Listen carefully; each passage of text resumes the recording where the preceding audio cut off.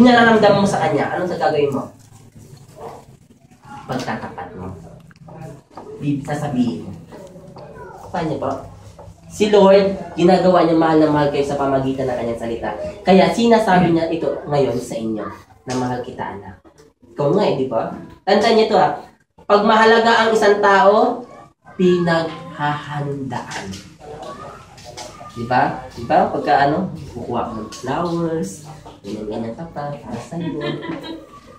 Pero, kasi mahal mo pinaghahandaan mo, di ba? Pero kung nagsabi, I love you. Ay, mahal kita walang effort. Mahal mo ba yon? Hindi. Pag sinabing mahal ka ng isang tao, pinaghahandaan. Wait, ikaw, mahal kita. I love you Hindi.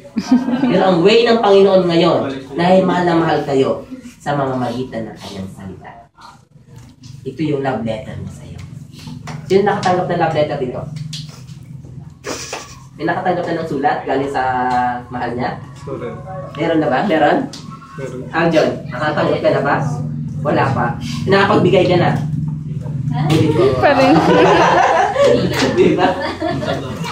Tandaan ninyo, kabataan, isa ako dyan sa mga nakaupo dati na sinasabihan ko yung nagsasalita sa harapan. Ano ka ba? Boring-boring mo, alis ka na nga. Isa ako doon. Kabataan, isa ako dyan sa mga kabataan na walang ginawa kundi ginaganyan-ganyan ko pang itenga ko to.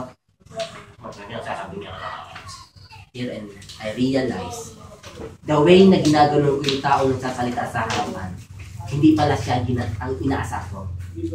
Sinisira ko ang pangalan ng Panginoon na nagbigay sa akin ng pagkakataon. Ano ko? As the young age, to continue to serve. Mahal ka ng Panginoon. Amen?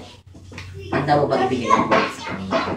Not by work, sabi niya dito, di ba? Hindi dahil sa iyong gawa, kundi sa pamamagitan ng pananampalataya. Kung meron ka ng sinukong ang buhay mo sa Panginoon,